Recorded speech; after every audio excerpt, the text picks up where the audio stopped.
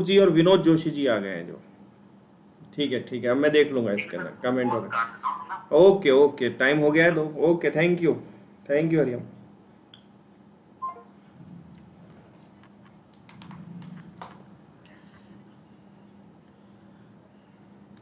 हाँ जी दोस्तों, स्वागत है आपका। विनोद जी जय हिंद। राज जी आप लाइव हो सर? बिल्कुल, हाँ मुझे ये दिख गया था बहुत दिनों बाद आपके। ये हमने कोशिश करी है कि आप लोगों से हम जुड़े रहें, हम आप लोगों के साथ चीज़ों को अध्ययन करते रहें, आप लोगों को बताते रहें। और डिजिटल क्रांति का युग है, तो डिजिटल क्रांति के अंदर जैसा कि आप जानते हो कि एक बहुत बेहतरीन तरीका होता है पढ़ने का, और हम घर बैठे भी अपनी क्वालिटी एजुकेशंस को क्या कर सकते हैं, प्राप्त कर सकते हैं। ठीक है, तो मैं आपको, मुझे लगता है आप सब यहाँ सही ढंग से सुन पा रहे होंगे। ठीक है, तो आज जो हम चर्चा कर रहे हैं वो वर्ल्ड ज्योग्राफी वाले सेक्शन की हम चर्चा कर रहे हैं। और वर्ल्ड ज्योग्राफी जो पार्ट है आपका, जैसा कि आप जानते हैं, ये सेक्शन जो है ये इम्पोर्टेंट सेक्शन है। ये RS प्री में अभी है, ठीक है, और RS मेंस में भी है, RS मेंस में भी आता है, और आपके SI के एग्जाम में, जो सब इंस्पेक्टर के एग्जाम है, उसमें भी ये आपके क्वेश्चंस इनसे क्या करते हैं, पूछते हैं। ठीक है, वर्ल्ड ज्योग्राफी पढ़ना इसलिए भी जरूरी होता है क्योंकि वर्ल्ड ज्योग्राफी का अगर हम अध्ययन करते हैं ना, वर्ल्ड ज्योग्राफी के अंदर जब हम चीज़ों को देखते हैं तो उसको कोरिलेट कर सकते हैं हमारे भारत के साथ। ठीक है, ये भारतीय भूमि है, ये हमारा प्यारा सा भारतीय भूभाग। ठीक है, तो हम विश्व का अध्ययन करते समय भारत को भी जोड़ सकते हैं, चाहे वो भौगोलिक रूप में हो, चाहे वो आपके आर्थिक रूप में हो, तो उसको हम क्या कर पाते हैं, कनेक्ट कर पाते हैं। ठीक है, अब वर्ल्ड ज्योग्राफी में RS प्री और SI की जो परीक्षा है उसके अंतर्गत एक टॉपिक आता है जिसको हम बोलते हैं जलमार्ग। क्या बोलते हैं? जलमार्ग। जल परिवहन के रूप में इसको वाटरवे, इंग्लिश के अंतर्गत अगर हम देखें तो इसको वाटरवेज के रूप में क्या है जानते हैं, इसको वाटरवेज बोलते हैं। जलमार्ग के रूप में इसका क्या करते हैं, हम अध्ययन करते हैं। ठीक है, अब प्रश्न ये उठता है कि साहब ये जो जलमार्ग है इसमें पूछा क्या जाता है। ठीक है, देन इसके अंदर कौन कौन से पहलू आते हैं, कौन कौन सी चीज़ें आती है, इनका इसमें क्या किया जाता है, अध्ययन किया जाता है। ठीक है, तो जल परिवहन जो है, जलमार्ग जो है, उसमें जनरली जब हम अध्ययन करते हैं तो एक तो आंतरिक जलमार्गों का अध्ययन होता है, एक सागरीय जलमार्गों का। महासागरीय मतलब जो महाद्वीपों से महाद्वीप एक दूसरे को क्या करते हैं, कनेक्ट। जैसे कि आप देखोगे इस चित्र के अंतर्गत तो आपको दिखाई देगा कि जैसे यूरोप है तो यूरोप को उत्तर अमेरिका से अगर कनेक्ट करना है, यूरोप को दक्षिण अमेरिका से कनेक्ट करना है, या अमेरिका से उत्तर अमेरिका और दक्षिण अमेरिका, इन दोनों को कनेक्ट करना है आपको एशिया या ऑस्ट्रेलिया या दक्षिण पूर्व एशिया के द्वीप समूह को, तो उन सबको कनेक्ट करने वाला जो जलमार्ग है वो अंतर्राष्ट्रीय जलमार्ग कहलाता है। अजय जी कह रहे हैं नाइस सर, ओके ओके। चलो देखो, आप लोग सब आओ, हम इसीलिए कोशिश कर रहे हैं कि डिजिटल प्लेटफॉर्म के माध्यम से हम पढ़ाई करें, और घर पर भी देखो कोविड का वातावरण है, आपको पता ही है कि काफ़ी इस समय प्रेशर रह रहा है लोगों के ऊपर कि साहब क्या करें क्या नहीं करें। तो सबसे बेस्ट तरीका होता है कि अपने आप को पढ़ाई से जोड़ के रखो, अपने आप को एजुकेशन से कनेक्ट करके रखो। ठीक है, तो अगर आप एजुकेशन से कनेक्ट करके रखेंगे तो उससे होगा क्या कि अपना मन भी लगा रहेगा। ठीक है, और ताकत सर के सहयोग से ही ये हो पा रहा है। मैं काफ़ी दिनों से कोशिश भी कर रहा था, ताकत सर को कह भी रहा था कि सर आप है ना ऐप को एक्टिवेट करें जिससे हम क्लासेस शुरू कर पाएँ। ठीक है, और फिर रेगुलर 1-2 दिन में रेगुलरिटी हो जाएगी, फिर आप में से अधिकतर स्टूडेंट आ जाएंगे पढ़ने के लिए। ठीक है, और फिर एक पूरा सिस्टम बना के हम उसका क्या करेंगे, अध्ययन करेंगे, हम चीज़ों को हम क्या करेंगे, देखेंगे। और जैसा कि आप जानते हो मेरे को मेरी जो पहचान है, मेन पहचान ही मेरी मैपिंग के रूप में है, और मेरे लिए तो सबसे बेहतरीन प्लेटफॉर्म है कि साहब इस मैप की सहायता से मुझे पढ़ाने में बहुत मज़ा आता है, आपको समझाने में बहुत अच्छा लगता है। देन अभय जी आ गए हैं, वेरी गुड इवनिंग अभय जी, बहुत बहुत स्वागत है आपका। तो आज जो हम चर्चा कर रहे हैं, आज जो हम अध्ययन कर रहे हैं, तो वो अध्ययन कर रहे हैं आपके किसके बारे में, हम अध्ययन कर रहे हैं जल परिवहन के बारे में। ठीक है, तो जल परिवहन जो अध्ययन होता है उसमें मेनली 2 चीज़ों का अध्ययन करते हैं। तो आज एक छोटा सा इंट्रोडक्शन सेशन है, जिसमें इंट्रोडक्शन सेशन में मैं आपको बताऊंगा कैसे पढ़ना है, क्या पढ़ना है, किस तरह से मैं आपको मेंशन भी कराऊंगा, लिखवाता भी जाऊंगा क्लास में, आप कॉपी पेन रख के नोट डाउन भी करते जाएंगे। ठीक है ना, तो जैसे जल परिवहन है तो उसमें एक तो होता है कि सब हम महाद्वीपों को, देशों को आपस में जोड़ते हैं। जैसे यूरोप को अमेरिका से जोड़ा, यूरोप को दक्षिण अमेरिका से जोड़ा। आपके हंसा जी भी आ गई हैं, हंसा बहुत बहुत स्वागत है, वेरी गुड इवनिंग। ठीक है। तो उत्तर और दक्षिण अमेरिका को हमने एशियाई भूभाग से जोड़ा है। इवन आपने एक नाम सुना होगा, यूरोप से पूरा अफ्रीका का चक्कर काट के एक जलमार्ग आता था जिसको आशा अंतरिम जलमार्ग बोलते थे, ठीक है ना। और ये जो आशा अंतरिम जलमार्ग है, अब इसका महत्व कम हो गया। अच्छा, इसी का उपयोग करते हुए ही वास्को डी गामा जी हमारे कहाँ आए थे, भारत के अंतर्गत आए थे, ठीक है ना।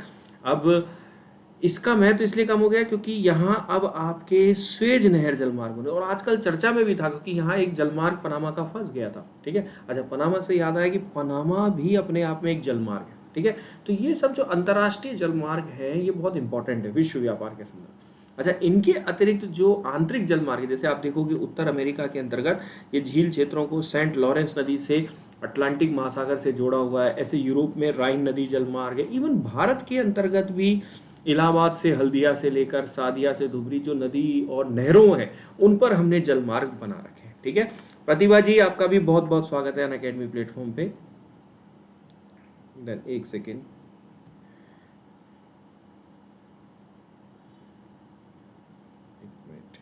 एक सेटिंग कर लूं मैं।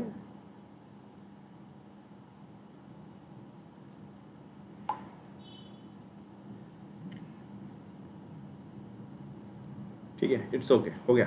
चलो, आर्या जी भी आ गए हैं। एवर, हाँ, अवेयर गिवन शिप, हाँ हाँ बिल्कुल बिल्कुल।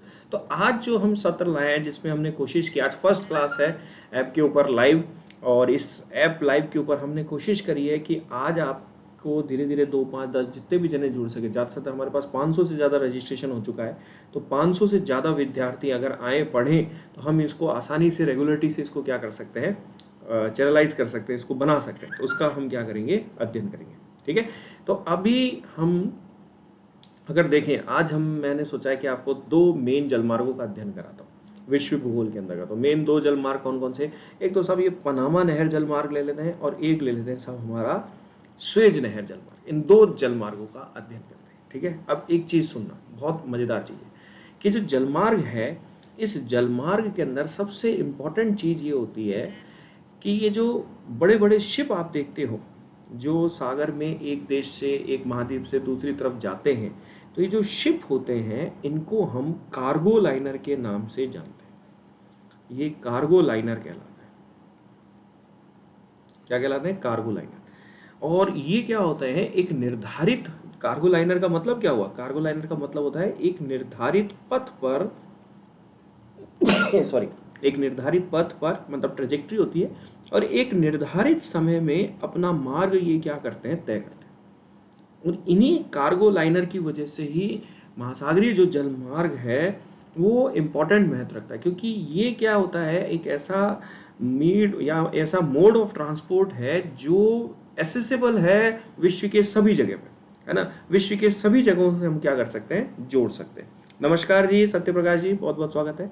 तो विश्व के सभी देशों को हम जोड़ सकते हैं, और सबसे सस्ता पड़ता है। इसके रख रखाव में लागत नहीं आती। जैसे रोड बनाओगे, एयरपोर्ट बनाओगे, तो इसके अंदर आपके जगह के लिए रोड की और बाकी सबकी, एयरपोर्ट की जो डामर वगैरह बिछाना है वो सब मेंटेनेंस करनी पड़ेगी, ठीक है। इसमें जरूरत नहीं पड़ती, इसमें बस केवल शिप की कॉस्टिंग या उसकी मेंटेनेंस की जरूरत पड़ती है, ठीक है। और ये क्या करता है, एक महाद्वीप से दूसरे महाद्वीप तक जो जड़ पदार्थ बड़े भारी मात्रा में, जैसे आप ये कार्गो लाइनर में देख रहे हैं, जब ऐसे कंटेनर देख रहे हैं आप, एक एक कंटेनर, ठीक है, ऐसे करीब करीब 4000 कंटेनर एक जहाज में ले जा सकते हैं, ठीक है, जो नॉर्मल अभी चल रहे हैं, ठीक है। और अब जो नए पानी के जहाज बन रहे हैं ना, वो करीब ऐसे बन रहे हैं जिनमें 10,000 तक के कंटेनर एक साथ ले जा सकते हैं। तो बल्क के अंतर्गत सामान क्या है, पहुंचाया जा सकता है। सर क्लास नहीं चल रही, आप एक बार अपना नेट चेक कीजिएगा, क्लास चल रही होगी। उसके लिए आप एक काम कीजिए, ऊपर ही ऊपर देखो लाइव स्ट्रीम करके होगा, तो लाइव स्ट्रीम को दबाओगे तो आपकी क्लास क्या हो जाएगी, रन हो जाएगी, ठीक है ना। तो आप में से 17 जने आ गए हैं, विनोद जी, अजय जी, सत्यप्रकाश जी, आर्या सैनी जी, हंसा शर्मा जी, रवीना जी, प्रतिभा जी, भूपेंद्र जी, मैं सबके नाम पढ़ पा रहा हूँ, राकेश कुमार जी, गजेंद्र सिंह जी, मोनू जी, निखिल राजौरिया जी, अंजू जी, रामेश्वर जी, श्वेता सिंह जी, आप सभी का बहुत बहुत स्वागत है, ठीक है। और आप में से जो क्वेश्चन फीड है उसके अंदर आप में कमेंट भी किया है कई लोगों ने, है ना, बिल्कुल मैं देख पा रहा हूँ, आप लोगों को सुन पा रहा हूँ, ठीक है। लाइव चल रही है, क्लास चल रही है, बिल्कुल चल रही है, ठीक है। तो ये कंटेनर वाले शिप होते हैं और इन्हीं को कार्गो लाइनर के रूप में जाना जाता है। अब विश्व में जो है कुछ इंपॉर्टेंट वेज हैं, कुछ मेन मार्ग है, जिसमें सबसे व्यस्तम तो जो है यूरोप को उत्तर अमेरिका से जोड़ने वाला उत्तर अटलांटिक जल मार्ग है। पर आज जो हम चर्चा करेंगे ना, वो ये भूमध्य सागर से लाल सागर को कनेक्ट करने वाला ये स्वेज नहर मार्ग और आपके ये पनामा नहर मार्ग, इन दोनों की आज क्या करेंगे, चर्चा करेंगे। तो दोनों को एक एक को करके हम क्या करते हैं, देखते हैं। सबसे पहले हम स्वेज नहर मार्ग का अध्ययन करते हैं, ठीक है। अब स्वेज नहर मार्ग जो है, इसके बारे में पहले चर्चा करने से पहले एक दो बेसिक जानकारी आपको पता होनी चाहिए कि स्वेज नहर मार्ग है क्या, किस रूप में ये आपके क्या है दिखाई देता है, ठीक है। तो स्वेज नहर मार्ग जो है, जैसे स्वेज जो नहर है, ये स्वेज नहर मार्ग को जब हम देखते हैं तो ये एक तरह से प्रतिस्थापन है। अब आप कहोगे सर प्रतिस्थापन क्या होता है?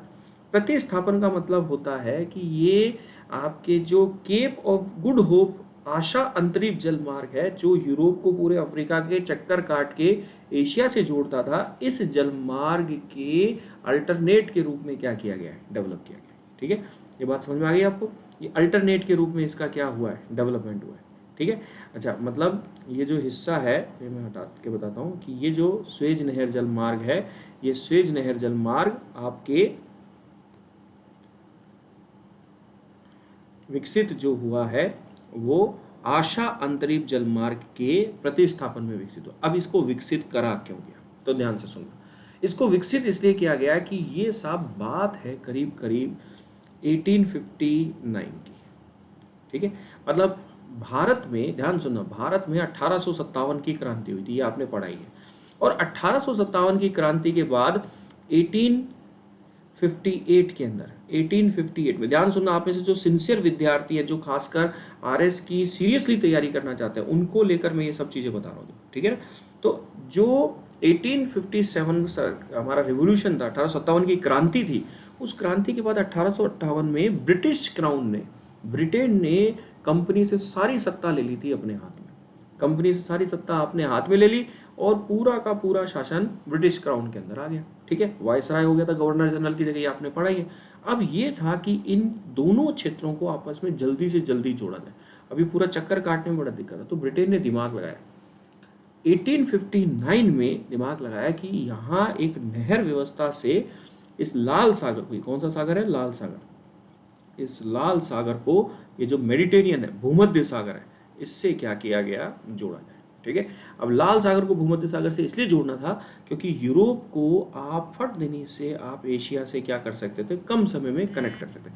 कम से कम 15 दिन की बचत होती थी, 15 डेज की क्या हो जाती थी बचत, जिससे ब्रिटेन का शासन सुचारू रूप से भारत में चल सके, ठीक है। अब जैसे कई बार एक क्वेश्चन पूछा गया, तो क्वेश्चन इतिहास में पूछा गया था, ठीक है ना। राधे राधे अरविंद जी, बहुत बहुत स्वागत है। क्वेश्चन इतिहास में पूछा गया था कि in a fit of absent mindness British conquered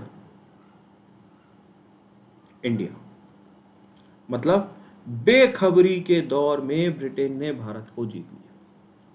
अब यह क्वेश्चन आया हुआ है कि बेखबरी के दौर में ब्रिटेन ने भारत को जीत लिया, तो नहीं साहब, अब आप क्वेश्चन पूछा कि कमेंट करो, तो अधिकतर सब जने क्या, वो हिस्ट्री वाला ही कमेंट कर रहे थे, हिस्ट्री वाले ही पहलुओं को क्या कर रहे थे, बतला रहे थे कि भाई इतिहास के हिसाब से नहीं साहब, ब्रिटेन ने क्या है, एक व्हाइट मैन बर्डनशिप थी, उसके आधार पर इन सबको क्या किया, देखा, ठीक है। पर नहीं, आप इन चीज़ों का उदाहरण करके साहब कि नहीं साहब, ब्रिटेन ने पूरे भारतीय संसाधनों का दोहन करने के लिए ही भारत पे शासन स्थापित किया, और उसका सबसे बेहतरीन प्रमाण है 1859 में स्वेज नहर की बात करना, ठीक है। हाँ, ये बात अलग है कि 1859 के 10 साल बाद जाके नहर बनी थी 1869 में, जब हमारे महात्मा गांधी जी का जन्म हुआ था, ठीक है। तो 1869 में आपके स्वेज नहर बनी, ये तो फैक्ट हो गया। बट यहाँ ये पॉइंट किससे भी जुड़ गया, ये पॉइंट इससे भी जुड़ गया कि नहीं साहब, ब्रिटेन ने भारत पे कब्जा जो ऐसे ही नहीं किया था, पूरी सोच समझ के प्लानिंग थी, और उसकी सोच समझ की प्लानिंग का ही एक बेहतरीन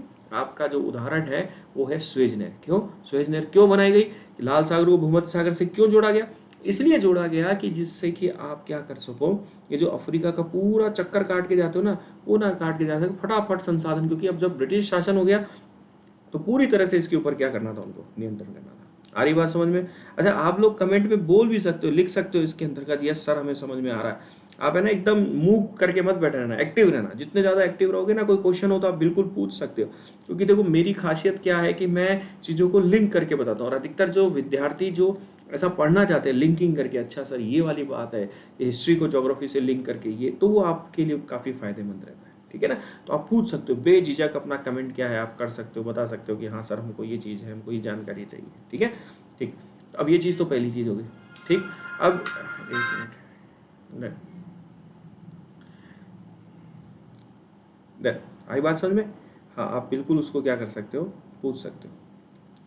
तो आप में से काफ़ी जने हैं अभी इस समय, एट प्रेजेंट 17-18 जने हैं, तो आप बिल्कुल अपना कमेंट क्या कर सकते हो, रख सकते हो। ठीक, अब प्रश्न बनेगा कि साहब ये सुएज नहर जो बनाई, तो इस सुएज नहर के अंतर्गत क्या क्या हुआ? तो साहब ये योजना 1859 में अलेक्जेंड्रिया, मिस्र के पास में एक शहर है अलेक्जेंड्रिया, उसमें फ्रांसीसी जो दूतावास का इंजीनियर था, तो ये क्वेश्चन बन सकता है कौन था? Ferdinand de Lesseps. तो ये जो फर्डिनेंड महोदय थे, इनके निर्देशन में काम शुरू हुआ और नहर का उद्घाटन 1869 में किया गया। ठीक है, मतलब जब योजना हुई उसके 10 साल बाद जाके बनी। ठीक है, अब 10 साल सर ऑफलाइन ही पढ़ा दो अभय जी कह रहे हैं कि ऑफलाइन ही पढ़ा दो। ऑफलाइन भी पढ़ाएंगे, पर जब तक ऑफलाइन नहीं खोले तब तक अपन ऑनलाइन पढ़ेंगे। तब तक ऑनलाइन का हम क्या करेंगे, अध्ययन करेंगे, भाई क्या है, किस रूप में, कैसे, क्या है, दिखाई देता है। ठीक है ना? वो भी उसका एक, देखो ऑनलाइन का भी एक अलग मजा है, ऑफलाइन का भी एक अलग मजा है। ठीक है, अब साहब ये नहर बनाने की बात हुई। अब ये नहर बनाने की जब बात हुई तो साहब ये कहा गया कि इस नहर को हम बनाएंगे लाल सागर से लेकर भूमध्य सागर तक। ठीक है, तो लाल सागर से लेकर भूमध्य सागर तक इस नहर बनाने की बात हुई। अब प्रश्न बनेगा कि साहब ये लाल सागर है, देखो ये है लाल सागर, डायग्राम में देखना, ये लाल सागर है और ये है साहब आपका भूमध्य सागर। ये भूमध्य सागर है, एक छोटा पार्ट कर लिया मैंने। ठीक है, अब इस नहर को बनाने की बात हुई तो लाल सागर में जो एंट्री होती है, वही एंट्री जो पॉइंट है, उस पॉइंट को ही हम पोर्ट सुएज बोलते हैं। क्या बोलते हैं? Port Suez. ठीक, और यहां से एंटर होने के बाद ये नहर बनाई गई। इसमें ये दो झीलें हैं, ग्रेट बिटर और लिटिल बिटर झील। और ये झील, ये नहर फिर क्या करती है, पोर्ट सईद नामक, कौन सा? पोर्ट सईद नामक बंदरगाह को आपस में जोड़ देती है। मतलब भूमध्य सागर को हम किससे जोड़ रहे हैं? लाल सागर से जोड़ रहे हैं। और लाल सागर में भी जो स्वेज की खाड़ी है वहां पर पोर्ट स्वेज बंदरगाह है, तो पोर्ट स्वेज बंदरगाह को पोर्ट सईद बंदरगाह से हम जोड़ने का क्या करते हैं, काम करते हैं। ठीक है, अब साहब ये जो बनाई गई नहर, जब इस नहर का निर्माण हुआ तो प्रश्न बनेगा कितनी लंबाई में? तो साहब 162 किलोमीटर में इसको बनाया गया। ठीक है, और करीब 60 मीटर चौड़ा और 10 मीटर की गहराई में बनाया गया। मतलब ये जो नहर बनी, तो ऐसे समझो कि मान लो यहाँ से यहाँ तक का ये जमीन का भाग है, और इस जमीन के भाग पे आपके नहर को जब निर्मित किया गया तो टोटल 162 किलोमीटर में 162 किलोमीटर की लंबाई में बनाया। ठीक है, और 162 किलोमीटर के साथ साथ इसकी जो गहराई थी वो करीब करीब 10 मीटर की थी, और जो चौड़ाई थी इसकी वो करीब करीब आपके 60 मीटर की दिखाई दी। ठीक है, इसको इस चित्र की सहायता से भी देख सकते हो यहाँ पर कि जो स्वेज आपके बंदरगाह है, इस स्वेज बंदरगाह से पोर्ट सईद बंदरगाह तक ये जो पूरी की पूरी नहर आपके निर्मित की गई, तो इस नहर के अंतर्गत आपके जो लंबाई रखी गई वो 162 किलोमीटर की रखी गई। ठीक है, चौड़ाई इसकी 60 मीटर की रखी गई और गहराई इसकी 10 मीटर की रखी गई। ठीक है, बट इसमें एक इंपॉर्टेंट काम किया गया, इसमें ग्रेट बिटर और लिटिल बिटर झीलें बनाई गई। आप कहोगे सर ये ग्रेट बिटर और लिटिल बिटर झीलें क्यों बनाई गई? इसलिए बनाई गई क्योंकि जब पानी के जहाज इसमें जाते थे, तो जैसे मान लो मार्ग में जाओगे तो झील है, अब सामने से भी कोई बड़ा जहाज आ गया तो दोनों आपस में सामने आ गए तो टक्कर हो जाएगी, तो फिर एक क्या करती थी, झील के अंदर क्या कर जाती थी, एंटर कर जाती थी। ठीक है, और झील में एंटर करने के बाद फिर वो आसानी से क्या करते थे, निकल जाते थे। अब तो इसमें डबलिंग सिस्टम कर दिया, अब तो ये डबल सिस्टम के रूप में ही क्या हो गई, जाने जाती है। ठीक है, अब इसके ऊपर ही आपके कई बार क्या किया जाता है, क्वेश्चन पूछा जाता है, इसके ऊपर ही आपके कई बार क्या करते हैं, प्रश्न बनते हैं कि साहब किस प्रकार का प्रश्न बनेगा, कैसे। तो प्रश्न तो पहला यही बनता है, सबसे पहला प्रश्न ये बनता है कि साहब विचार किसका था, फर्डिनेंड साहब का, पहला पॉइंट तो यही बनता है। ठीक है, कब निर्माण किया गया, 1869 में किया गया। अच्छा, लंबाई कितनी है 162, चौड़ाई कितनी है, और कितने मीटर गहरी। अच्छा, 1956 में इसे मिस्र सरकार को सौंपा गया। तो प्रश्न बनता है कि ये 1956 तक थी किसके पास, तो 1956 तक ये ब्रिटेन के पास थी, ग्रेट ब्रिटेन के पास। तो ऐसे में ये बात तो पुष्ट हो गया कि ब्रिटेन ने इस पर नियंत्रण रख के केवल भारतीय व्यापार या भारतीय जो हमारे संसाधन है उसको दोहित करने के लिए ही इसको बनाया गया, ठीक है। और 1967 में यूएनओ ने इसका राष्ट्रीयकरण कर दिया, मतलब ये अब जो है मिस्र के नियंत्रण में। और लगभग प्रतिदिन 100 जलमार्ग यहाँ इधर से उधर क्या करते हैं, आवागमन करते हैं, लगभग 100 के करीब जो इधर से उधर जाते हैं। अब सोच के देखो, एक जो पानी का जहाज होता है ना, जैसे भी आपने इसमें देखा ये एक जहाज, तो इसका जो एक कंटेनर होता है ना, ये एक कंटेनर करीब करीब $150 का क्या करता है, भुगतान करता है इस नहर से जब गुजरता है। एक कंटेनर $150, ठीक है ना। $100 का जो मतलब होता है वो करीब करीब आप कैसे मान के चलो 72, यानी 7200 मतलब 7200 रुपये के करीब होता है ना। तो करीब करीब आप ऐसे मान के चल सकते हो कि 11-1000 रुपये एक कंटेनर के ऊपर टैक्स लगता है, ठीक है। और सोचो 4000 कंटेनर है, तो 4000 को अगर आप 11 से मल्टीप्लाई करोगे तो सोच के देखो कितने करोड़ों रुपए का ये क्या होता है, एक पानी के जहाज पे टैक्स लगता है, ठीक है। और ऐसे 100 जहाज यहाँ से गुजरते हैं, तो आय का बहुत बड़ा क्या है, स्रोत है, ठीक है ना, और बहुत बड़ा। अच्छा, अब ये बन गया तो इससे फायदा क्या हुआ, बनने से फायदा ये हुआ कि पूरा अफ्रीका का चक्कर काट के नहीं जाना पड़ता, मतलब करीब 1600 किलोमीटर की हमारी जो मार्ग की यात्रा है, करीब 15 दिन का कहा जाता है कि 15 दिन का समय क्या हो जाता है उस समय, पुराने समय में। वर्तमान समय में तो कहा जाता है कि करीब 7 से 10 दिन का समय, डिपेंड करता है जहाज की स्पीड पे, वो हमारा क्या हो जाता है, इससे बच जाता है, ठीक है। अच्छा, और प्रश्न क्या बनता है इस पे, और प्रश्न ये बनता है कि जब ये जो स्वेज नहर है, तो इसमें पोर्ट सईद इसकी एंट्री पॉइंट है लाल सागर पे, और सॉरी पोर्ट स्वेज लाल सागर पे एंट्री पॉइंट है, और पोर्ट सईद भूमध्य सागर पे एंट्री पॉइंट है, ठीक है। तो इसके साथ साथ और भी कुछ चीजों को विकसित किया है क्या, जी हाँ साहब, इसके साथ साथ आपके एक रेल मार्ग को भी क्या किया गया है, विकसित किया गया। तो जो ये स्वेज, पोर्ट स्वेज है ना बंदरगाह, इसके साथ साथ ये रेल मार्ग जाता है, ये इस्माइलिया तक तो इसके समानांतर समानांतर चलता है। और उसके बाद फिर ये क्या करता है, मिस्र की राजधानी काहिरा तक आपके क्या है, चला जाता है, ये कैरो, काहिरा, ठीक है। तो इस्माइलिया से लेकर आपके पोर्ट स्वेज बंदरगाह तक इसके समानांतर रेल मार्ग भी क्या किया गया है, विकसित किया है। क्लियर, बात समझ में आ गई।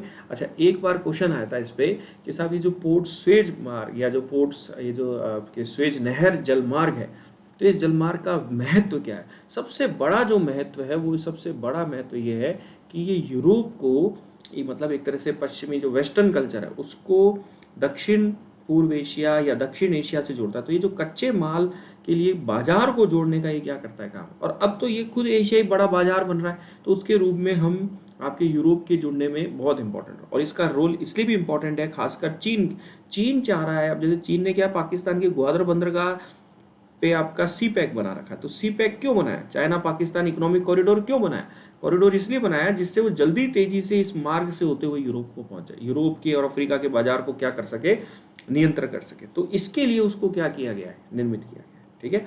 बात समझ में आई। अच्छा, तो सबसे पहले तो बेसिक चीज ही आपको पता हो जानी चाहिए कि साहब स्वेज नहर में प्रश्न क्या बनेगा। स्वेज नहर 1859 में विचार, 1869 में बनी है, किसने बनाई है, ग्रेट ब्रिटेन ने बनाई है। 162 किलोमीटर की लंबाई में इसको निर्मित किया गया है। कितने किलोमीटर में, 162 किलोमीटर में। 60 मीटर चौड़ी है, 10 मीटर गहरी है। और 1956 में इसको मिस्र सरकार को सौंपा, उससे पहले ग्रेट ब्रिटेन ने अपने पास रखा, ठीक है। अच्छा, इसके बनने के बाद करीब 1600 किलोमीटर की दूरी कम हो गई, मतलब अफ्रीका का चक्कर लगा के जाना नहीं पड़ता। नेक्स्ट चीज क्या आएगी कि इसका एंट्री पॉइंट लाल सागर पे पोर्ट सईद है और पोर्ट स्वेज है, और जो भूमध्य सागर है उस पे पोर्ट सईद इसका क्या है, एंट्री पॉइंट है, ठीक है। और इसी में ग्रेट बिटर और लिटिल बिटर, ग्रेट बिटर और लिटिल बिटर झीलें दिखाई देती हैं।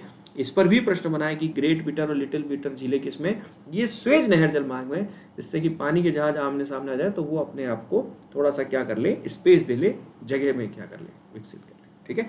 और सबसे इंपॉर्टेंट, अब ये वर्तमान के समय में बहुत इंपॉर्टेंट रोल प्ले कर रही है, क्योंकि यूरोप और अफ्रीकी बाजारों को एशियाई बाजारों से जोड़ने में इसका सबसे महत्वपूर्ण योगदान है, ठीक है। तो ये है आपके कौन सा जलमार्ग, स्वेज नहर जलमार्ग, ठीक। अच्छा, ऐसा ही एक जलमार्ग और है जिसको हम कहते हैं पनामा नहर जलमार्ग। अब सोच के देखो, अमेरिका के पूर्वी तट से अगर पश्चिमी तट जाना है तो साहब इतना लंबा चक्कर काट के जाओ, इधर जाना है तो ये पूरा चक्कर काट के जाओ, और साहब ये दोनों ही चक्कर करीब 5000 किलोमीटर से क्या है ज्यादा। इसमें भी साहब 15-20 दिन का क्या लगता है, समय लगता है। ठीक है, अब इतना लंबा चक्कर काट के जाने से अच्छा है तो अमेरिका ने दिमाग लगाया कि क्यों ना इस जमीन को खोद कर या इस जमीन को इस तरह से विकसित किया जाए कि अटलांटिक महासागर को प्रशांत महासागर से जोड़ दिया जाए। तो साहब ये विचार आया अमेरिका के दिमाग में और अमेरिका ने काम शुरू किया, और अमेरिका ने जो काम शुरू किया उसने आपके लिए क्वेश्चन बना दिया पनामा नहर। क्या बना दिया आपके लिए? पनामा नहर जलमार्ग। ठीक, अब ये जो पनामा नहर जलमार्ग निर्मित की गई तो इस पे प्रश्न क्या बनेगा? प्रश्न बनेगा सबसे इंपॉर्टेंट इसके लॉक सिस्टम। लॉक सिस्टम का मतलब क्या है? देखो, ये आपको अटलांटिक महासागर लिखा हुआ दिखा रहा है, ये प्रशांत महासागर दिखा रहा है। तो मैं इसको ऐसे समझाता हूँ लॉक सिस्टम को आपको, जैसे इस चित्र में बहुत अच्छे से समझ में आएगा कि ये है साहब आपके दक्षिण अमेरिका महाद्वीप और ये है साहब आपके उत्तर अमेरिका महाद्वीप। ठीक है, अब इसमें ये बीच में है पनामा, ये पनामा। अब ये जो पनामा है इसमें हम क्या करते हैं, दूसरा कलर लेते हैं और जमीन बनाते हैं। ये साहब जमीन, ठीक है। अच्छा, जमीन के एक तरफ हम ले लेते हैं साहब पानी, ये ब्लू कलर से ये पानी है। ये है साहब अटलांटिक महासागर, इधर अटलांटिक महासागर है, आपको पता है अटलांटिक महासागर में कैरिबियाई सागर आप देखते हो, और साहब ये है प्रशांत महासागर, इधर प्रशांत महा, ये है इधर प्रशांत महा। अब बीच में ये जमीन, अब साहब ये बीच में जमीन है तो क्या करें, इसको खोद दें क्या? खोद दें तो साहब पानी आपस में, पर साहब जमीन 100-200 मीटर नहीं है, 1-2 किलोमीटर नहीं है, 80 किलोमीटर से ज़्यादा का क्या है डिस्टेंस है। ठीक है, अब इतना बड़ा डिस्टेंस है तो इसको मेंटेन कैसे करें, इसको करें कैसे? तो अमेरिका ने दिमाग लगाया। अमेरिका ने दिमाग क्या लगाया? अमेरिका ने कहा कि हम इसको विकसित करेंगे लॉक सिस्टम से। लॉक सिस्टम का मतलब क्या है? ऐसे झाल बनाए जाएंगे, झाल बना के उनमें हम क्या करेंगे, पानी को भर देंगे। और जब पानी को, जैसे मान लो पानी का जहाज आएगा, मान लो पानी का जहाज आया, जैसे मान लो इसमें एक पानी का जहाज बना देते हैं, ये पानी का जहाज आया, जैसे पानी का ये जहाज आ रहा है। ठीक है, तो इसमें ये जो लॉक है ना, इसमें पानी भरेंगे। अब पानी भरेंगे, दोनों का लेवल होगा, तो दोनों लेवल जब बराबर हो जाएगा पानी का, तो फिर पीछे से गेट बंद कर देंगे, फिर इस पानी को ऊंचा कर देंगे, पानी का लेवल बढ़ा देंगे, ऊंचा कर देंगे। तो जैसे ही पानी का लेवल ऊपर होगा तो ये पानी का जहाज क्या हो जाएगा, ऊपर हो जाएगा, तो इसके बराबर के लेवल पे आ जाएगा, तो फिर इसको आगे की तरफ शिफ्ट कर दिया। तो पानी का जहाज आएगा, पानी का लेवल ऊपर उठा देंगे, और पानी का लेवल जैसे ही ऊपर उठेगा तो पानी का लेवल ऊपर उठ के दूसरे से उसको क्या कर देंगे, कनेक्ट कर देंगे। ठीक है, ऐसे ही दूसरे में कर देंगे, और फिर पानी का जहाज आगे जाना है तो पानी का लेवल को नीचे कर देंगे। इसी को लॉक सिस्टम कहा जाता है। ठीक है, तो इस लॉक सिस्टम, जिसको हिंदी में बोलते हैं झाल, तो झाल व्यवस्था के लिए ही पनामा नहर को क्या है, जाना जाता है। आपको सर बड़ा मजेदार सिस्टम है, तो बिल्कुल। अब देखो, अगर आप देखोगे तो ये अटलांटिक महासागर है, ये प्रशांत महासागर। अब जैसे अपने बनाया था ना, ये अटलांटिक महासागर है और ये प्रशांत महासागर, जैसे ये अटलांटिक और ये प्रशांत। तो अटलांटिक से जब प्रशांत महासागर की तरफ अपन जाते हैं, तो आपने जैसे ही मार्ग तय किया अटलांटिक से प्रशांत, तो पानी का जहाज आया, पानी भर दिया, पानी का जहाज और ऊपर हो गया, और ऊपर हो गया, और ऊपर हो गया, ऐसे पानी भर के ऊपर कर दिया, और फिर ये आगे की तरफ पानी का जहाज चला गया, फिर आगे गया, फिर साहब पानी नीचे कर देंगे, फिर ये नीचे हो गया, फिर पानी और नीचे कर दिया, और फिर ऐसे कर दिया। ठीक है, तो इस तरह से 1 2 3 4 5 6, ये 6 सिस्टम के अंतर्गत आपके 3 लॉक है, जिसमें एक गातून लॉक है, एक पेड्रोविकल लॉक है, और एक है आपका मीरा फ्लोर्स लॉक। ठीक है, 3 लॉक सिस्टम को इन्होंने क्या किया है,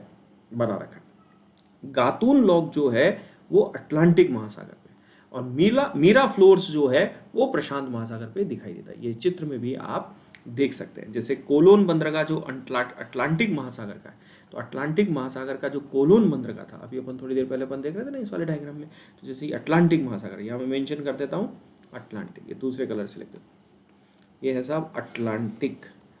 तो अटलांटिक महासागर में आपके कोलोन बंदरगाह बनाया गया। कौन सा बनाया गया? कोलोन। तो इसमें भी मेंशन हो गया, अब आप भूलोगे नहीं, इसमें भी मेंशन कर दिया। अच्छा, इधर वाला जो प्रशांत महासागर है, प्रशांत महासागर, इसमें कौन सा बंदरगाह बनाया गया? इसके अंतर्गत बनाया गया आपके पनामा सिटी बंदरगाह। पनामा सिटी बंदरगाह। ठीक है, अब इनको दोनों को जोड़ने का काम किया। देखो इसमें, देखो ये कोलोन बंदरगाह आपको दिखाई दे रहा है और साहब ये है पनामा सिटी बंदरगाह। ठीक है, और इसमें देखो गातुम नहर है, गातुम बांध लॉक्स लेक है, देन पेड्रोमिकट्स लेक है और मीरा फ्लोर्स क्या है लेक्स है। ऐसे ये 3 झीलें यहाँ दिखाई देती है। गातून अटलांटिक महासागर पे, पेड्रोमिकट लॉक्स मध्य में और मीरा फ्लोर्स प्रशांत महासागर के सिरे पर क्या होती है दिखाई देती है। और एक लॉक का मतलब एक नहीं है, वो पूरा सिस्टम है। जैसे मतलब लॉक का मतलब आपके दिमाग में होगा ना, जैसे ये एक लॉक है, ऐसे ऐसे 1 2 3 3 का सिस्टम बनाते हैं, 3 का पेयर बनाया जाता है, 3 के पेयर से जैसे ना 1 2 3, तो ये सिस्टम है 1 2 3 ये सिस्टम। तो इसमें फिर पानी को लिफ्ट, पानी के जहाज को लिफ्ट करके आगे बढ़ा। और जो गातून जो अटलांटिक महासागर है उसी के पास में ही गातून झील का भी निर्माण किया गया, जिससे कि अगर पानी के जहाज अगर आए तो अगर ज़्यादा हो जाए तो बीच में उनको क्या है रखा जाए। और अभी ये काफ़ी चर्चा में भी है क्योंकि इसमें डबलिंग लेयर कर दी, 2 लेयरिंग का इसमें क्या कर दिया गया है, काम कर दिया है, डबल लेयर का पार्ट हो गया। ठीक है, अब प्रश्न ये बनेगा कि साहब ये बनाई किसने? तो साहब अमेरिका ने 15 अगस्त 1914, 15 अगस्त भारत में आज आज़ादी का है, पर 1914 में पनामा नहर के लिए भी जाना। ठीक है, दूसरी चीज, जब हम एक दूसरे को कनेक्ट करते हैं तो 82 किलोमीटर ये दिखाई देती है और 12 किलोमीटर की जो आपकी इसकी लंबाई है वो अधिक कटान से युक्त है, जिसमें गहराई 12 मीटर और चौड़ाई 90, वो 60 मीटर चौड़ी थी, 10 मीटर गहरी थी स्वेज, ये 12 मीटर गहरी है और 90 मीटर की क्या है चौड़ाई दिखाई दी। और इसमें पानी के जहाज को सागर तल से 26 मीटर तक ऊंचा क्या किया जाता है, उठाया जाता है। मतलब कंसेप्ट क्या है कि आपका ये जो सागर तल है, इस सागर तल से पानी के जहाज को करीब 26 मीटर की ऊंचाई तक उठा दिया जाता है। ठीक है, और उससे बड़ी बात, ये जो नहर है इसकी जो गहराई है, इसकी जो डेप्थ है वो करीब करीब 12 मीटर है और 90 मीटर तक, 90 मीटर तक ये क्या है, तो बड़े जहाज़ों को ये एंटर दे देती है। और जो लंबाई है इसकी, टोटल लंबाई इसकी जो दोनों बंदरगाहों से जोड़ी जाती है तो 82 किलोमीटर की, 82 किलोमीटर की दिखाई देती है। ठीक है, तो ये चीज़ समझ में आई कि 82 किलोमीटर। ठीक, और ये बनाया किसने था? अमेरिका ने। अमेरिका ने 1914 में 15 अगस्त का उद्घाटन किया और अमेरिका ने ही इस पर नियंत्रण रखा था। कब तक नियंत्रण रखा था? सन 2000। और 2000 के बाद से इसको पनामा को क्या कर दिया गया? सौंप दिया गया। और पनामा की आय का लगभग, पनामा जो देश है, कहा जाता है इस गातून शहर, इस लॉक सिस्टम से पनामा को हर साल करीब 50,000 करोड़ रुपए, रुपए में मैं बता रहा हूँ, इतना हर साल का रेवेन्यू होता है। एक छोटा सा देश है उसको, इससे इतनी आय इसको क्या होती है, प्राप्त होती है। ठीक है, तो बात समझ में आई, पहलू समझ में आया। देन तो अब ये सब चीज़ें जैसे हम आपको बताते हैं, चीज़ें लिखवाते हैं, ये सब है, तो आपको डायग्राम के थ्रू अगर समझाया जाए तो वो समझना क्या हो जाता है, आसान हो जाता है। ठीक है ना, तो एक एक चीज़ों को हम सिस्टमेटिक तरीके से क्या कर सकते हैं। अच्छा, इसको हम लिखते भी, हम इसको बताते भी कि साहब पनामा नहर क्या है, किस रूप में है। अब जैसे पनामा नहर है तो हम जैसे स्टार्ट करेंगे साहब, जैसे पनामा नहर, तो पनामा नहर है कहाँ? पनामा नहर उत्तर अमेरिका में स्थित है। ये उत्तर अमेरिका महाद्वीप में आती है। ठीक है साहब, उत्तर अमेरिका महाद्वीप में आ गई। अच्छा, करती क्या है ये अटलांटिक महासागर को, अटलांटिक महासागर को किससे? प्रशांत महासागर से जोड़ती है। ठीक है साहब, अटलांटिक को प्रशांत से, पर अटलांटिक में भी किसको? अटलांटिक में कोलोन बंदरगाह, कोलोन बंदरगाह जो है उसको पनामा सिटी, पनामा शहर बंदरगाह से क्या करती है? आपस में जोड़ने का काम करती है। ठीक है, तो साहब ये इस बंदरगाह से इस बंदरगाह तक है कितनी? 82 किलोमीटर की लंबाई में है, 12 मीटर की गहराई में है और करीब 90 मीटर की चौड़ाई में। अच्छा, मुख्य विशेषता इसकी क्या है? मुख्य विशेषता जो है वो है इसकी कि ये जो है अपने लॉक सिस्टम के लिए जानी जाती है, झाल व्यवस्था के लिए जानी जाती है। ठीक है, और इसमें कुल 3 झाल सिस्टम है। ठीक है, जो आपके अटलांटिक महासागर पे कोलोन बंदरगाह है वहां गाटूम, गाटूम लॉक है। फिर इस कोलोन बंदरगाह से जैसे पनामा की तरफ जैसे बीच में जाते हैं तो पेड्रोमिकट, कौन सा? पेड्रोमिकट, और फिर मीरा फ्लोर्स, ऐसे आपके 3 लॉक सिस्टम यहाँ दिखाई देते हैं। ठीक है, और इम्पोर्टेंस अगर आप बताना चाहो कि अमेरिका ने कब बनाई तो 1914 में बनाई और सन 2000 में इसको पनामा को सौंप दिया गया। ठीक है, तो इस तरह से अब इसमें बीच में एक आपके गातुम झील भी, अब जैसे ये अटलांटिक महासागर ना, देखो अटलांटिक महासागर को आपके जोड़ने का ये काम कर रही है, जिसको हम क्या बोलते हैं, पनामा नहर सिस्टम। क्लियर? तो आया समझ में, पहलू समझ में आया? तो देखो कोशिश की जा रही है कि आप लोगों को समय पर टाइमली चीज़ों को क्या है समझाया जाए, पहलुओं को बतलाया जाए। आज हमने एक जस्ट इंट्रोडक्शन क्लास रखी, इंट्रोडक्शन क्लास के अंतर्गत हमने कोशिश करी कि हमको एक एक चीज़ों को क्या किया जाए, बतलाया जाए। ठीक है, तो मैं जो इंट्रोडक्शन क्लास थी तो उसके अंदर कोशिश ये थी कि आपको इससे पहलुओं को बता सकूं, इससे को समझा सकूं कि भाई डायग्राम से भी हम चीज़, अच्छा जरूरी नहीं कि आपको सारी चीज़ें याद हो, ऐसा नहीं कि याद हो, बस कम से कम एक पता तो चला कि क्या है, कैसा होता है। अब ये चीज़ें क्या ऑफलाइन में ये डायग्राम नहीं दिखा पाते हैं। ठीक है, अब देखो एक चीज़ और बताता हूँ, अब जैसे पानी के जहाज आते हैं ना, तो पानी के जहाज खुद ब खुद इसमें नहीं आते, उनको खींचने के लिए गाड़ियाँ होती है, जो पटरी बिछी हुई है ना, ये है ना, ये इस पे चलने वाली गाड़ियाँ होती है, वो पकड़ के इसको खींचती है, उसको क्या म्यूल कहा जाता है, म्यूल कहा जाता है। और शक्तिशाली इंजन होते हैं, वो पकड़ के इसको क्या करते हैं, खींचते हैं। वो पानी के जहाज, क्योंकि पानी का जहाज तो खुद इधर बचेट मार देगा, इतने से बड़े उसमें फंसा देता है वो, तो उसको खींचा जाता है, वो म्यूल से उसको पकड़ के क्या किया जाता है, तो वो ट्रेनें होती है, वो पकड़ के इसको क्या करती है, खींचती है, उसको लेके आती है और पकड़ के खींच के, तो बड़ा एकदम शक्तिशाली इंजन होता है, दोनों तरफ से उसको पकड़ के क्या करता है, खींचा जाता है। डन।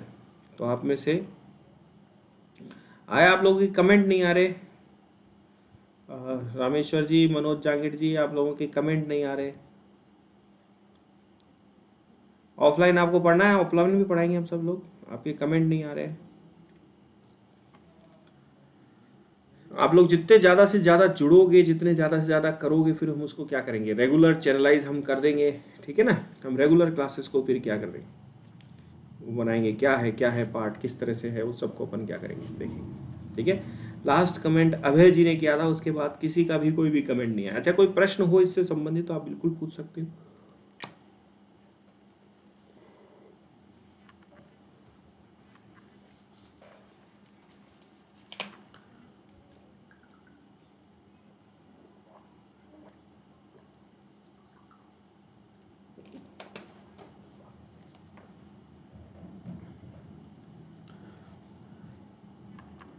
देन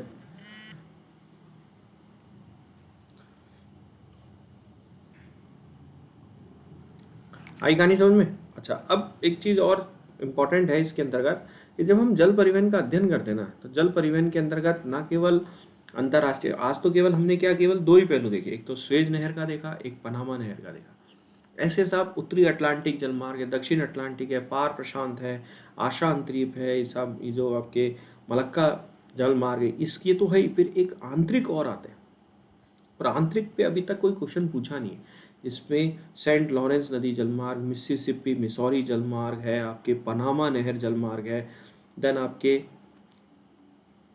ला प्लाटा नदी जलमार्ग है, नील नदी जलमार्ग है, कांगो नदी जलमार्ग है, ये काफ़ी फेमस है। देन नाइजर नदी जलमार्ग है, राइन नदी है, वोल्गा नदी जलमार्ग है। ठीक है, डेन्यूब है, यूरोप के कील नहर से लेकर गात आपके गोटा नहर से लेकर कई सारे आपके जलमार्ग क्या है दिखाई दे। सर कुछ को आप ऐप स्टार्ट में प्रॉब्लम आई है, हाँ आज, हाँ शुरू में होती है ऐप स्टार्ट में। डेली क्लास टाइम क्या रहेगा सर, वो ताकर सर आपको बता देंगे, है ना। अच्छा समझ आया, सत्य प्रकाश जी कह रहे हैं, चलो बढ़िया, अच्छी बात है।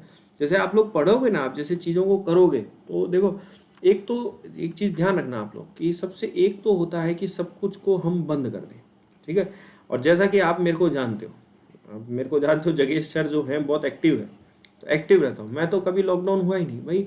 इंसान का लॉकडाउन कभी होना ही नहीं चाहिए, क्योंकि इंसान जो है मुश्किल से 60-65 साल जीता है। तो ये जो 60-65 साल वो जो जीता है, तो उसके अंतर्गत वो जितना ज़्यादा अपने नए नए स्वरूपों को चेक करेगा, नए नए रूपों को देखेगा, नए नए तरीकों को करेगा, उतना ही। क्योंकि डार्विन ने भी क्या है, सर्वाइवल फॉर द फिटेस्ट।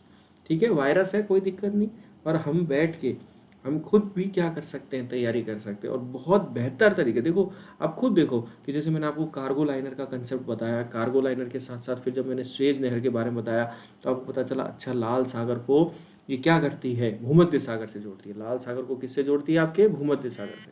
तो ये लाल सागर है और ये भूमध्य, इससे जोड़ती है। तो फिर कौन है लाल सागर पे बंदरगाह, भूमध्य सागर पे कौन सा बंदरगाह है, तो जब उसको हम डायग्राम में देखते हैं ना, तो आराम से याद होता है कि पोर्ट सहित भूमध्य सागर पर है, लाल सागर पर पोर्ट सही स्वेज है। अच्छा, ये पूरी नहर जो है ये कितने किलोमीटर में लंबी है, कितनी चौड़ी है, कितनी गहरी है, इसमें झील कौन सी बनी हुई है, तो इन्हीं सब पे तो वो आपके क्या करता है क्वेश्चन। 162 है कैसी है, कब बनाया गया, इसका निर्माण कब हुआ, किसके निर्देशन में हुआ, वो सब। और फिर इसी से जुड़ा हुआ एक इम्पॉर्टेंट अप्लाइड पार्ट ये हो गया कि इसको बनाने के पीछे ब्रिटेन की मंशा थी कि भारतीय जो आपके संसाधन है, भारतीय जो कच्चा माल है उसका दोहन करना। तो इस तरह से हम क्या कर सकते हैं, ब्रिटेन को पूरा ब्लेम कर सकते हैं कि आपने तो हमारा शोषण करने के लिए ही 1859 में सत्ता को क्या स्थापित किया गया था। ठीक है। देन इस नहर से सिर्फ ट्रेड होता है क्या? नहीं, ट्रेड भी होता है अजय जी, और इसमें अधिकतर तो 90% तो ट्रेड होता है, और 90% के अलावा जो आपके क्रूज होते हैं, क्रूज किसके बोलते हैं, क्रूज वो होते हैं जिसके अंतर्गत आप लोग घूमने वगैरह जाते हैं, पानी के जहाज होते हैं जिसमें हम क्या करते हैं, घूमने वगैरह जाते हैं, तो वो मानव को क्या है लेके जाता है, तो क्रूज लाइनर होता है। तो क्रूज लाइनर पर्यटन की दृष्टि से अधिकतर दिखाई देता है, बट वो क्या होता है, घूमने के पर्पस हो गया, क्योंकि अब लोगों के पास इतना टाइम थोड़ी है। अब जैसे मुंबई से लेकर मान लो यूरोप तक जाना है, तो इस मार्ग से जाओगे तो कम से कम 4-5 दिन आपको लग जाएंगे। तो 5 दिन, मान लो 5 दिन आपको लगते हैं, मान लो 5 दिन लगते हैं या 7 दिन लगते हैं।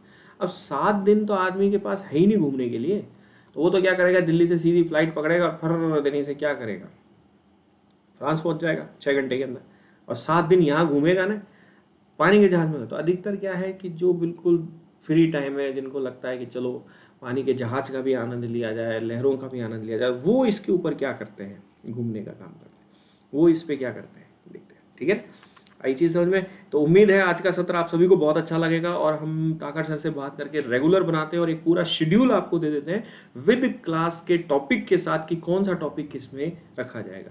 और उम्मीद है ताकर सर, जैसे मेरा ये है कि वर्ल्ड ज्योग्राफी में जब ये टॉपिक शुरू किया है तो इसी टॉपिक को हम क्या करें, कंटिन्यू करें, इसी से जुड़े हुए पहलुओं को ही हम आगे क्या है लेकर जाएं। ठीक है, अच्छा लगा आप सभी के साथ, और कोई हो बात तो बिल्कुल आप कमेंट के अंदर बताइएगा, हम उसका जरूर पालन करेंगे।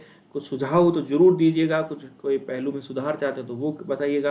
आप चाहते हो कि सर ऐसे समझा के हमको लिखवाया भी करो, तो मैं आपको लिखवा भी दिया करूंगा, कोई दिक्कत नहीं रहेगी। ठीक है ना, बस पढ़ते रहो, मस्त रहो, मस्त, सबसे बड़ी चीज़ है मस्ती, मज़े से ज़िंदगी जियो। ठीक है ना, लाइफ बार बार नहीं मिलती है। ठीक है, और हर चीज़ का क्या उपयोग करो। अब जैसे मैं आपको क्लास में रहता हूँ, ऐसे मैं यहाँ आपके सामने क्या है उपस्थित हूँ, तो एंजॉय करोगे। ठीक है, तो फिर मिलते हैं एक नए सत्र के साथ, नए उसके। अब देखो 40 मिनट से ज़्यादा हो गए इसके अंदर, मैं करीब 10 मिनट पहले ज्वाइन कर लिया था, है ना, मैंने 10 मिनट क्लास को पहले ज्वाइन कर लिया, तो मुझे इसका बहुत फ़ायदा मिलता है। वैसे नॉर्मल ऑफलाइन क्लास में तो 2-5 मिनट लेट हो जाते हैं, इसमें 5 मिनट पहले ही क्या आ जाते हैं, क्लास में आ जाते हैं तो इसका फ़ायदा मिले। ठीक है, चलो मुलाकात करते हैं, रेगुलर बनाते हैं, कोशिश करते हैं पूरी टीम के साथ रेगुलर आपकी क्लासेस को कंटिन्यू किया जाए। Okay, bye bye, see you, bye.